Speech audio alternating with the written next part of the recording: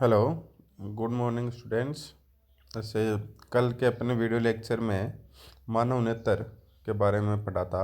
उसकी संरचना कैसी होती है, कौन कौन से उसके भाग होते हैं, और उसके बाद में कौन से जैसे समय के साथ वह किन्हीं कारणों से कौन कौन से अपने आँखों में दोष होते हैं। तो अपने 4 प्रकार के दोष पढ़े थे: निकट दृष्टि दोष, दूर दृष्टि दोष, एक था अबिंदुकता जिसे दृष्टि विषय में दोष पे कहते हैं, और जो लास्ट था वो था जरा दृष्टि दोष। ठीक है। और उनसे रिलेटेड अब अपन जो प्रकाशिक उपकरण पढ़ेंगे, अब जो अपने प्रकाशिक के लास्ट चैप्टर है, जो 4 उपकरण दे रखे हैं आपके सिलेबस में। तो जो सबसे पहला उपकरण है वो है सरल सूक्ष्मदर्शी। तो सूक्ष्मदर्शी दो है आपके पार्ट में कि दो, एक तो सरल सूक्ष्मदर्शी, दूसरा है संयुक्त सूक्ष्मदर्शी। तो पहले फर्स्ट अपन जानने की ये कोशिश करते हैं कि सूक्ष्मदर्शी होती क्या है। ठीक है। तो सूक्ष्मदर्शी देखो, एक ऐसी डिवाइस या एक ऐसा उपकरण है जो छोटी वस्तुओं को बड़ा करके दिखाता है। जैसे अपने जो ह्यूमन्स आई है, मानव नेत्र है, उनकी भी कुछ पावर होती है। ठीक है, कि वो एक लिमिट तक ही वस्तुओं को देख सकते हैं। जैसे अपन कहते हैं कि छोटे छोटे जो जीवाणु होते हैं उनको अपने आँखों के द्वारा नहीं देखा जा सकता है। या जैसे वायुमंडल में बहुत छोटे छोटे धूल मिट्टी के कण हैं, उनको भी अपन नहीं देख पाते हैं। तो उनको देखने के लिए किस उपकरण की सहायता ली जाती है? सूक्ष्मदर्शी की। ठीक है। जो छोटी वस्तुएं जो होती है उनका जो बड़ा प्रतिबिंब बना के अपन को दिखाता है। तो अगर वो छोटी वस्तुओं का जब अगर प्रतिबिंब बड़ा बन गया, जैसे 3 गुना बन गया, 4 गुना बन गया, 10 गुना बन गया, तो जो छोटी वस्तु बड़ी हो गई और फिर हम उनको आसानी से आंखों की सहायता से देख सकते हैं। ठीक है। तो देखो, फर्स्ट ऑफ ऑल अपन पढ़ रहे हैं कि सरल सूक्ष्मदर्शी होता क्या है। तो देखो, सबसे पहले इसमें एक लेंस होता है जो आपको दिखाया गया है। केवल एक लेंस होता है, ये रहा। ये लेंस क्या होता है? कम फोकस दूरी का होता है। ठीक है। और इस सरल सूक्ष्मदर्शी के जो लेंस होता है उसको अपन आवर्धक लेंस भी कहते हैं। क्या कहते हैं? आवर्धक लेंस कहते हैं। और एक ही लेंस होता है इसके अंदर। ठीक है। अब अगर अपन इसका किरण चित्र देखें कि प्रतिबिंब किस प्रकार इसको बनता है, तो देखो, सबसे पहले अपन को जो वस्तु होती है इसके फोकस व प्रकाशी के अंदर, ये वाला ओ, फोकस और प्रकाशी के अंदर ओ के मध्य वस्तु को रखा जाता है। ठीक है। ये जो बिंदु है प्रकाशी के अंदर, ये है ओ। तो इस प्रकाशी के अंदर और फोकस के बीच में अपन ने वस्तु को रख दिया। जैसे ए बी जो वस्तु है, मान लेते हैं बीच में कहीं ये ए बी जो वस्तु है रखी हुई है। ठीक है। अब अपन लेंस या अपवर्तन के नेम जो पढ़े थे उनका नेम यूज करके इसका प्रतिबिंब बनाते हैं। तो सबसे पहले ए बी से एक किरण ऐसी चली है जो मुख्य अक्ष के समांतर चली है, ये वाली सीधी की सीधी। अब आपको पता है कि मुख्य अक्ष के जो समांतर आने वाली जो प्रकाश किरणें हैं, ठीक है, वो लेंस से अपवर्तन के पश्चात कहाँ से गुजरती है? फोकस से गुजरती है। तो ये किरण फोकस से गुजरती हुई आ गई। दूसरी किरण एक और ली जो लेंस के कहाँ से गुजरी? प्रकाशीय केंद्र से गुजरी। और लेंस के प्रकाशीय केंद्र से गुजरने वाली जो किरण है वो बिना विचलित हुए अर्थात बिना मोड़े कहाँ निकल जाती है? सीधे निकल जाती है। अब आगे देखेंगे इन दोनों किरणों को अगर अपन आगे बढ़ाते जाएं, आगे बढ़ाते जाएं, तो ये इनकी जो किरणों के जो बीच की दूरी है वो बढ़ती जाएगी, बढ़ती जाएगी। तो इसका साफ मतलब है कि इन किरणों को आगे बढ़ाने पर ये नहीं मिलेगी। और जब दोनों किरणें नहीं मिलेगी तो इसका मतलब है कि वो लेंस के आगे की ओर प्रतिबिंब का निर्माण नहीं करेगी। तो अब अपन क्या करते हैं, इन लेंस जो किरणों है दोनों किरणों को अपन पीछे की ओर बढ़ाते हैं। ठीक है। तो अपन देखो यहाँ पर दोनों किरणों को पीछे की ओर बढ़ाया, तो बढ़ाने के ऊपर एक बिंदु के ऊपर ये दोनों मिल गई। तो जिस बिंदु पर ये दोनों किरणें मिलती है उस बिंदु पर क्या कर लेती है? प्रतिबिंब का निर्माण कर लेती है। और अपन को प्रतिबिंब मिल गया ए डैश बी डैश। ये जो प्रतिबिंब है, ये देखो, जिस साइड में वस्तु थी उसी साइड में प्रतिबिंब बना है। तो ये जो प्रतिबिंब है वो आभासी बनता है। कैसा बनता है? आभासी, ना कि वास्तविक बनता है। अब आभासी प्रतिबिंब को क्या कर सकते हैं? पर्दे पर प्राप्त नहीं कर सकते हैं। आभासी बनता है, सीधा बनता है। ठीक है। आभासी, वास्तविक प्रतिबिंब हमेशा उल्टे होते हैं, जबकि आभासी प्रतिबिंब कैसे होते हैं? सीधे होते हैं। और जो उसकी तीसरी क्वालिटी है वो क्या है? आवर्धित प्रतिबिंब होता है। अर्थात जो वस्तु मतलब आवर्धन हुआ है, तो वस्तु के साथ उसका छोटा बड़ा कुछ भी बने, लेकिन आवर्धन का मतलब होता है कि जो वस्तु है उसकी तुलना में चाहे छोटा बने चाहे बड़ा बने वो प्रतिबिंब बनता है। यहाँ पर अपन को जो आवर्धन का मान है जैसे प्लस में आएगा, क्योंकि जो प्रतिबिंब है वो कैसा बन रहा है? आभासी और सीधा बन रहा है। और एक से बड़ा आएगा क्योंकि जो आपका प्रतिबिंब है वो कैसा बन रहा है? बड़ा बन रहा है। और ये देखो, ये जो दिखाया हुआ ये अपने मानव नेत्र है, इन नेत्र की सहायता से अपन देख सकते हैं। तो डायग्राम को हम अपन दोबारा समझने की कोशिश करते हैं कि क्या है कि एक इसमें सरल सूक्ष्मदर्शी में एक लेंस होता है जो कम फोकस दूरी का होता है। इस लेंस को आवर्धक लेंस भी कहा जाता है। सरल सूक्ष्मदर्शी में इस लेंस के सामने वस्तुओं को कहाँ रखा जाता है? उस लेंस के प्रकाश के अंदर और उस लेंस की फोकस दूरी के बीच में रखा जाता है। तो सबसे पहले किरण चित्र से अपन लेंस के अपवर्तन के नियम से पढ़ते हैं। एक जो किरण है वो मुख्य अक्ष के समांतर आती है और मुख्य अक्ष के समांतर आने वाली प्रकाश किरणें लेंस से अपवर्तन के पश्चात कहाँ से गुजरती है? उसके फोकस से गुजरती है। तो ये फोकस से अपन गुजरती हुई एक प्रकाश किरण लिख दी। दूसरी जो किरण है वो लेंस के प्रकाशीय केंद्र से गुजर रही है और लेंस के प्रकाशीय केंद्र से गुजरने वाली जो भी प्रकाश किरण है वो बिना मुड़े कहाँ कर क्या करती है? सीधे निकल जाती है। अब उन दोनों किरणों को अपन जैसे जैसे आगे बढ़ा रहे हैं वो उनके बीच की दूरी बढ़ती जा रही है। तो इसका मतलब वो आगे बढ़ाने पर प्रकाश किरणें नहीं मिलेगी।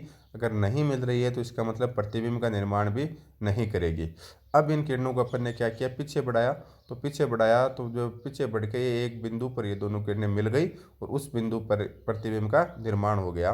तो अपन ने लिख दिया जो प्रतिबिंब है वो है ए डैश बी डैश। ये जो प्रतिबिंब है वो आभासी है, सीधा है और आवर्धित है। मतलब वस्तु से बड़ा प्रतिबिंब बनता है, आभासी बनता है और सीधा बनता है। प्रतिबिंब बनता क्या है?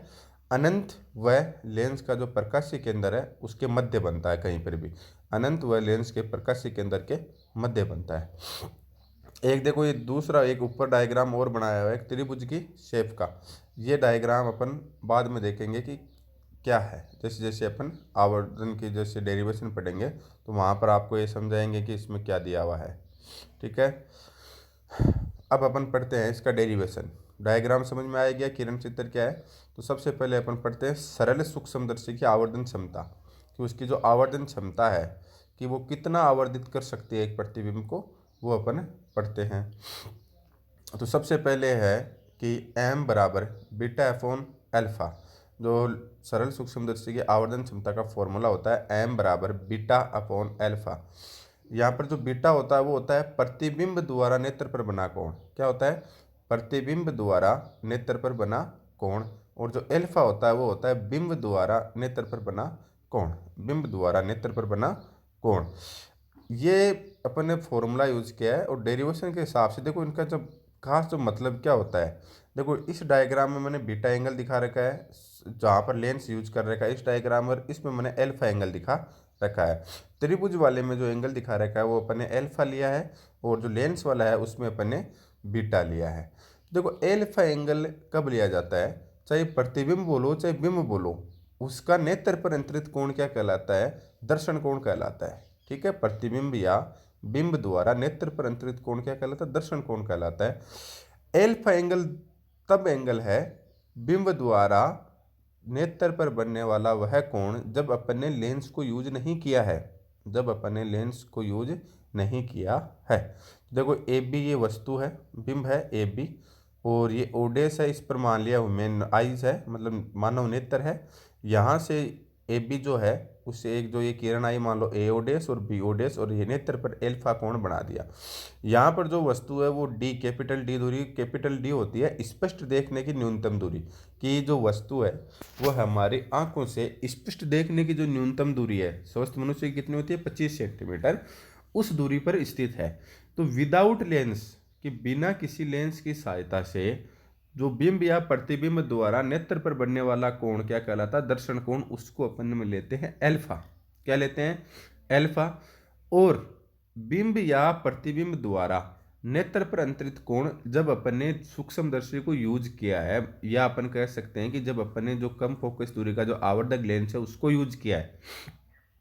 आवर्धक लेंस को यूज करके, आवर्धक लेंस का प्रयोग करके या यूज करके जो प्रतिबिंब बनता है उस प्रतिबिंब द्वारा अपनी आंखों पर बनने वाला कोण कहलाता है बीटा। ठीक है। और विदाउट लेंस जब अपन ने आवर्धक लेंस का यूज नहीं किया, डायरेक्ट वस्तु को अपन आंखों की सहायता से देख रहे हैं, उस स्थिति में वस्तु द्वारा आंखों पर जो बनने वाला कोण है वो कहलाता है अल्फा, जिसको अपन कहते हैं दर्शन कोण। तो अल्फा और बीटा में आपको डिफरेंस पता चल गया। डायरेक्ट याद रखो बीटा एंगल तब लिया जाता है जब अपन लेंस का यूज कर रहे होते हैं। कि जब लेंस का यूज़ करके हम किसी वस्तु को देखते हैं तब एंगल लिया जाता है बीटा, और जब अपन लेंस को यूज़ नहीं कर रहे हैं, डायरेक्ट किसी वस्तु को देख रहे हैं, उस कंडीशन में जो एंगल यूज किया जाता है वो कहलाता है अल्फा। ठीक है, तो आवर्धन क्षमता एम बराबर बीटा अपॉन अल्फा। तो बीटा तो देखो क्या हो गया, जब देखो अगर वस्तु बड़ी बनेगी, ठीक है, जैसे अपन टेन थीटा की बात करें, टेन थीटा बराबर होता है लंब बटा आधार। ठीक है, अपन को प्रतिबिंब छोड़ो, एक बार आधार को जैसे मान लो कॉमन मान लो, अगर लंब की वैल्यू बढ़ती जाएगी, ठीक है, जैसे ये लंब है, यहाँ पर ए डेस बी डेस, ये लंब का काम कर रहा है, ये भी लंब का काम कर रहा है, जैसे जैसे लंब की वैल्यू बढ़ती जाएगी तो टेन थीटा बराबर होता है लंब बटा आधार। तो अगर लंब की वैल्यू बढ़ेगी तो मतलब किसकी वैल्यू बढ़ेगी, टेन थीटा की, और टेन थीटा का मान बढ़ता जाता है, इसका मतलब क्या है, थीटा का मान बढ़ता जाता है। तो अपन ने जो, जैसे अपन ने पहले आवर्धन पढ़ते थे, इससे पहले जो अपन ने फॉर्मूला लिखा था आवर्धन का, वो अपन डायरेक्ट लिखते थे कि प्रतिबिंब की दूरी बटा बिंब की दूरी, या ये भी अपन ने जब डेरिवेशन किया था तब आया था, जैसे d v upon u m बराबर, और पहले लिखते थे कि प्रतिबिंब की ऊंचाई बटा बिंब की ऊंचाई, कि जो प्रतिबिंब की ऊंचाई बिंब की ऊंचाई की तुलना में कितनी प्राप्त हुई, वो कहलाता है आवर्धन। ठीक है, देखो चीज़ यही वहाँ पर है कि प्रतिबिंब आपका बिंब की तुलना में कितने गुना प्राप्त हुआ, वही आवर्धन है। लेकिन देखो प्रतिबिंब को अपन लंब से दिखाते हैं, तो लंब जितना बड़ा होता है, यहाँ पर जितना बड़ा लंब होगा उतना बड़ा प्रतिबिंब बनेगा। तो उस लंब को अपन डायरेक्ट डिनोट किससे कर सकते हैं, एंगल से भी तो डिनोट कर सकते हैं, क्योंकि लंब का वैल्यू बढ़ेगी तो थीटा की वैल्यू भी बढ़ेगी। अगर प्रतिबिंब बढ़ता जाएगा, लंब की वैल्यू बढ़ती जाएगी, तो थीटा की वैल्यू भी बढ़ती जाएगी। तो उसको अपन डिनोट कर सकते हैं कोण के संदर्भ में भी। किसके संदर्भ में भी, कोण के संदर्भ में भी। भाई अगर वस्तु बड़ी है तो बनने वाला कोण भी बड़ा होगा, अगर वस्तु छोटी है तो बनने वाला कोण भी छोटा होगा। तो जो एंगल का जो मान बढ़ना या घटना किसके समानुपाती हो जाता है, वस्तु की लंबाई के या उसकी ऊंचाई के। तो आवर्धन क्षमता को वस्तु की ऊंचाई से अपन डिनोट करते हैं, तो उसको अपन किसके रूप में यूज कर सकते हैं, कोण के रूप में भी अपन को उसको यूज किया जा सकता है। तो देखो सूक्ष्मदर्शी की आवर्धन क्षमता एम बराबर बीटा अपॉन अल्फा हो गया। अब अपन देखो इस वाले जो नीचे वाला जो डायग्राम है लेंस वाला, उसमें एक त्रिभुज लेते हैं। देखो ए डेस बी डेस और ये आपका है ओ। ठीक है, ए डेस बी डेस ओ, ये बड़ा वाला त्रिभुज, और एक जो त्रिभुज लिया है वो लिया है ए बी ओ, त्रिभुज ए बी ओ और ए डेस बी डेस ओ, बड़ा वाला और छोटा वाला, ये दोनों है बेटा समरूप। अब ये समरूप कैसे हैं तो वो देखते हैं। देखो सबसे पहले मैंने लिखा है angle A dash B dash ओ बराबर एंगल ए बी ओ, समकोण है। तो देखो ये ए डेस ये बी डेस, ये वाला कोण 90 डिग्री का, और ये एक इसमें जो बन रहा है छोटा वाला, ये वाला कोण 90 डिग्री का। तो दोनों कोण 90-90 डिग्री के हो गए। एक दूसरा मैंने लिखा हुआ है एंगल ए ओ बी डेस बराबर एंगल ए ओ बी। तो ये कैसे आया होगा, एंगल ए ओ बी डेस बराबर एंगल ए ओ बी, मतलब एक ही कोण बन रहे हैं। देखो बड़ा वाला त्रिभुज और छोटा वाला त्रिभुज में एक कोण कॉमन है। ठीक है, ये वाला ओ वाला जो यहाँ पर बन रहा है, एकदम जो बीटा जो कोण बन रहा है वो वाला, ये कोण कॉमन है, तो ये अपन ने दोनों के जगह ही बीटा है, तो इसको अपन ने बराबर कर दिया। दो कोण बराबर हो गए, तो ए नियम से, कोण कोण नियम से त्रिभुज ए डेस बी डेस ओ व त्रिभुज ए बी ओ क्या हो गए भाई, समरूप हो गए। तो अब समरूपता का नियम लेते हैं। तो देखो पहले वाले त्रिभुज के मैंने दो नाम लिए ए डेस बी डेस, तो दूसरे वाले के शुरू के दो अक्षर लेंगे ए बी, तो A dash B dash upon A B बराबर पहले वाले त्रिभुज के लास्ट के दो अक्षर लिए मैंने बी डेस ओ, तो दूसरे वाले के भी लास्ट के दो अक्षर लेंगे बी ओ, ये समरूप हो गया। और A dash B dash upon A B, ठीक है, बराबर B dash O upon B O, ये बराबर हो गया टेन बीटा के। ठीक है, ये जो टेन बीटा है ये वाला एंगल, ये दोनों बराबर ही तो होंगे भाई, एक बीटा जो ऊपर जो एंगल बन रहा है वो बराबर है। अब अपन ने क्या किया, लघु कोण सन्निकट से टेन बीटा, जो आपको पता है कि जब एंगल का मान बहुत छोटा हो तो टेन थीटा किसके बराबर हो जाता है, थीटा के। तो टेन बीटा किसके बराबर आ गया, बीटा के। अब यहाँ से देखो ए डेस बी डेस, ये ए बी उधर चला गया, ये वाला ए बी है, ये तो ऊपर चला गया, बी डेस वो नीचे आ गया। तो ये एंगल कितना बन गया, आगे वाली चीज़ क्या बन गई, ऊपर ए बी चला गया, तो ये वाला जो बन गया A B upon B O, क्या बन गया, A B upon B O. और A B upon B O ये ही टेन थीटा को रिप्रेजेंट करता है, और थीटा बहुत छोटा है इसलिए क्या आ गया, टेन थीटा। अगर थीटा बहुत छोटा है इसका मतलब tan theta almost equal to theta, मतलब लगभग बराबर है थीटा के। यहाँ पर थीटा की जगह अपन ने क्या ले रखा है, बीटा, तो ये हो गया बीटा के बराबर। तो अपन को बीटा की वैल्यू मिल गई। अब देखो ऊपर वाला त्रिभुज लेते हैं जो अपन ने त्रिभुज ये वाला दिखा रखा है। ठीक है, त्रिभुज ए बी ठीक है, ओ डैश। और जैसे त्रिभुज इसमें लेते हैं ए बी ओ डैश में, तो टेन एल्फा बराबर क्या आएगा, लंब बटा आधार। तो लंब की वैल्यू है ए बी और आधार की वैल्यू अपन ने मानेगी स्पष्ट देखने की न्यूनतम दूरी है कैपिटल डी।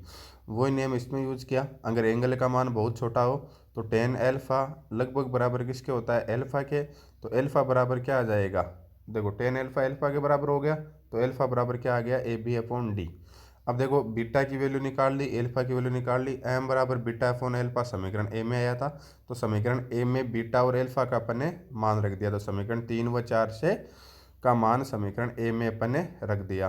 तो देखो अब ए में जब मान रखेंगे तो एम बराबर क्या आ जाएगा, a B upon B O, ये तो आ गया बीटा का मान, अपॉन एल्फा है तो उसका मान को उल्टा कर देंगे अपन। देखो a B upon B o कहाँ से मिल गया अपन को, बीटा का मान a B upon B o गुणा एल्फा का मान बट्टे में है तो गुणा में कर दिया अपन ने, उल्टा कर दिया डी अपॉन ए बी। तो ए बी से ए बी कट के एम बराबर क्या आ गया, डी अपॉन बी ओ। ठीक है, तो ये मिल गया अपन को आवर्धन क्षमता का मान। अपन ने अब चिन्ह परिपाटी यूज किया, तो बी ओ ये वाला देखो माइनस यू के बराबर है, मतलब बी पर वस्तु रखी हुई है और ये मुख्य अक्ष के बाईं ओर है तो इसको नेगेटिव लिया, और ये कैपिटल जो डी है इसका मान भी माइनस का डी प्राप्त होगा क्योंकि ये भी किस की ओर है, मुख्य अक्ष के बाईं ओर है। तो माइनस माइनस दोनों कट जाएंगे, एम बराबर माइनस का ऊपर डी है नीचे यू है, माइनस माइनस कट गया तो एम बराबर क्या आ गया, डी अपॉन यू। ये होता है आपके आवर्धन क्षमता का फॉर्मूला। ठीक है, m is equal to d upon u. देखो एक बार अपन दोबारा देख लेते हैं कि आवर्धन क्षमता सरल सूक्ष्मदर्शी की एम बराबर होती है बीटा अपॉन एल्फा। बताया था कि प्रतिबिंब की ऊंचाई अपॉन बिंब की ऊंचाई होती है, लेकिन यहाँ पर अपन रेफरेंस में इसको कोण के संदर्भ में भी ले सकते हैं कि टेन थीटा बराबर होता है लंब बटा आधार। सबसे पहले अपन ने बड़ा वाला त्रिभुज और छोटा वाला त्रिभुज लिया, उनको समरूप सिद्ध कर दिया कोण कोण नियम से। एक कोण तो है समकोण और दूसरा कोण है एक ही कोमन कोण, दोनों समरूप हो गए, समरूपता के नियम लगा दिया। समरूपता के नियम से पहले वाले के दो अक्षर लिए ए डैश बी डैश, दूसरे वाले के लिए शुरू के दो अक्षर ए बी, फिर बराबर लास्ट के दो अक्षर ले लिए पहले वाले के b dash o upon B O, ये बराबर हो गया टेन बीटा के। अगर एंगल का मान बहुत छोटा हो तो टेन बीटा लगभग बराबर भी होता है बीटा के, तो बीटा की वैल्यू आ गई a B upon B o. अब अपन लेते हैं त्रिभुज छोटा वाला, जो ऊपर वाला जो त्रिभुज दिखा रखा है डायग्राम में, ये वाला त्रिभुज ए बी ओ डैश में। तो इस यहाँ पर अपन वापस टेन एल्फा की वैल्यू लिखेंगे तो क्या आएगा, a B upon capital d. ठीक है, a B upon capital d. तो यहाँ पर अब वापस लघुकोण सन्निकट का नियम यूज करेंगे तो टेन एल्फा बराबर हो जाएगा एल्फा के, तो एल्फा की वैल्यू आ जाएगी ए बी अपॉन डी। तो अपन ने देखो एम बराबर बीटा अपॉन एल्फा होता है, आवर्धन क्षमता का डेरिवेशन कर रहे हैं तो सिंपल सी बात है अपन को बीटा और एल्फा का मान ज्ञात करना है।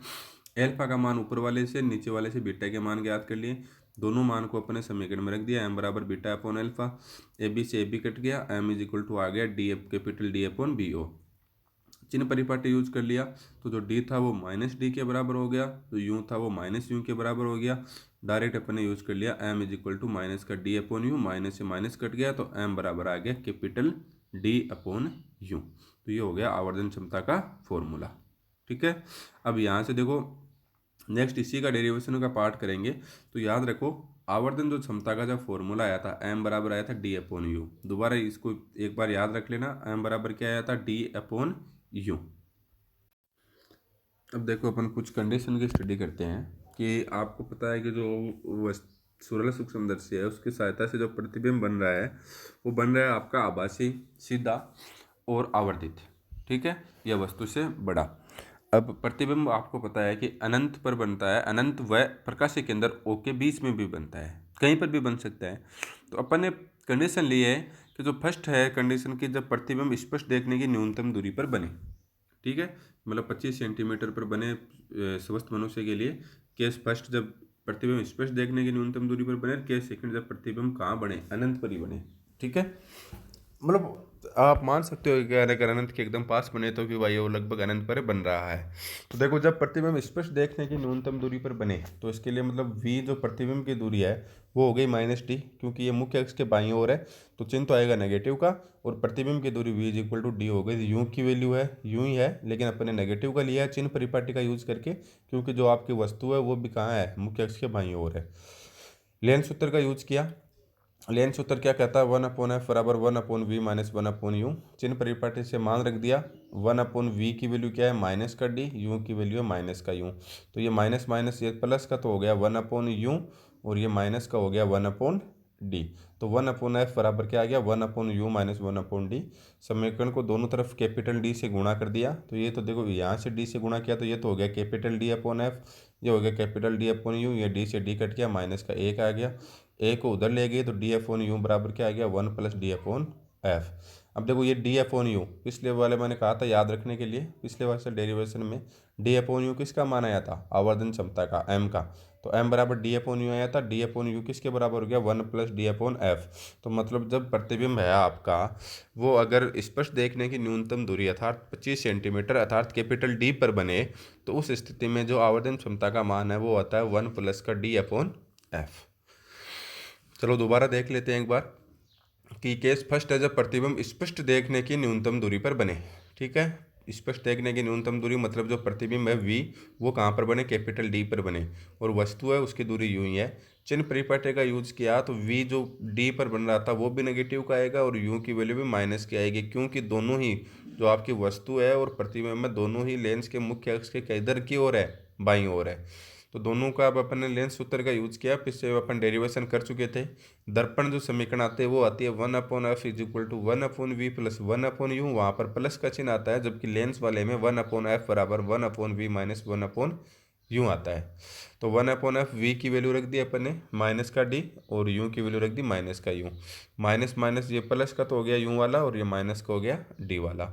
दोनों तरफ अपन ने क्या किया भाई, समीकरण को दोनों तरफ कैपिटल D से गुणा कर दिया। किससे गुणा कर दिया, कैपिटल D से। तो D से गुणा हो गया तो ये तो हो गया D/f, ये बन गया D/u और D से D कट के ये बन गया माइनस का एक, माइनस का एक उधर आ गया, तो ये क्या बन गया D/u बराबर 1 + D/f।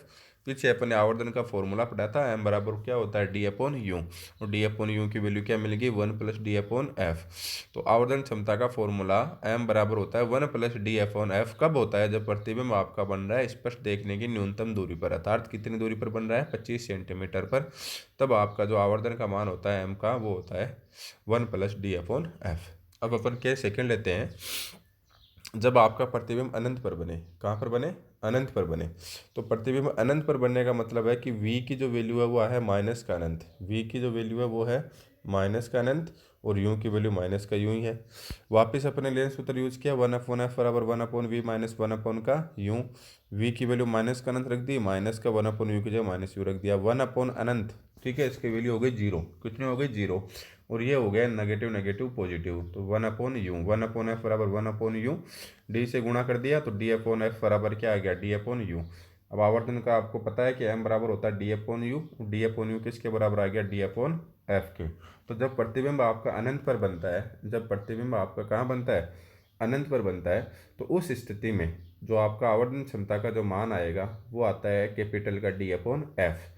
जब प्रतिबिंब स्पष्ट देखने की न्यूनतम दूरी पर बनेगा तब आवर्धन का आपको फॉर्मूला यूज करना है 1 + D/f, और जब प्रतिबिंब अनंत पर बनता है तब आपका आवर्धन का फॉर्मूला यूज करना है D/f। ठीक है, तो जब स्पष्ट देखने की न्यूनतम दूरी 1 + D/f और जब अनंत पर तब D/f। तो अनंत वाला अपन एक बार देखो, दोबारा देख लो कि v की वैल्यू है कि प्रतिबिंब अनंत पर बन रहा है, तो मतलब जो अपन पता है यूं अपन लेते हैं वस्तु की दूरी, v लेते हैं प्रतिबिंब की दूरी, मतलब प्रतिबिंब की दूरी v कितनी आ गई, इन्फिनिटी आ गई, नेगेटिव माइनस का इन्फिनिटी। ठीक है, और जो वस्तु की दूरी है यूं वो हो गई माइनस का यूं, कि दोनों ही लेंस के मुख्य अक्ष के जो बाईं ओर है और बाईं ओर की दूरी कहाँ कैसी ली जाती है, ऋणात्मक ली जाती है, तो दोनों के मान क्या आ गए, ऋणात्मक आ गए। अब अपन यूज करते हैं लेंस सूत्र का, तो लेंस सूत्र यूज करके 1/f is equal to 1/v minus 1/u। ये आपको पहले ही बता चुके हैं कि जो दर्पण होता है वो प्लस में आता है, समीकरण v/v 1/v plus 1/u, lens में आएगी माइनस 1/u। अब अपन ने क्या किया, v की जगह माइनस अनंत रख दिया, u की जगह माइनस u रख दिया, 1/अनंत की वैल्यू हो गई 0, तो ये तो कैंसिल हो गया और ये माइनस माइनस प्लस का u आ गया, 1/f बराबर 1/u। d से दोनों तरफ गुणा कर दिया तो d/u बराबर d/f आ गया। अब अपन ने डेरिवेशन में देखा था कि सरल सूक्ष्मदर्शी की जो आवर्धन क्षमता का फॉर्मूला होता है वो होता है m is equal to D/u, capital D/u। तो कैपिटल D/u किसके बराबर आ गया D/f। तो जब अनंत पर बनता है प्रतिबिंब तब आवर्धन क्षमता होती है D/f। जब प्रतिबिंब स्पष्ट देखने की न्यूनतम दूरी पर बनता है तब अपन फॉर्मूला यूज करते हैं 1 + D/f, और जब प्रतिबिंब कहीं पर भी बनता है तो जनरल फॉर्मूला यूज किया जाता है m is equal to D/u। ठीक है, तो आज के लिए डियर स्टूडेंट्स इतना ही। आपको सरल सूक्ष्मदर्शी है, अगले वीडियो में अपन संयुक्त सूक्ष्मदर्शी के बारे में पढ़ेंगे। सरल सूक्ष्मदर्शी के जो नोट्स हैं वो आपके साथ इसमें मैं PDF फाइल भेज रहा हूँ, तो आप वो नोट्स कॉपी कर लेना, वो प्रॉपर नोट्स हैं, ये समझाया हुआ है। Okay students, have a nice day.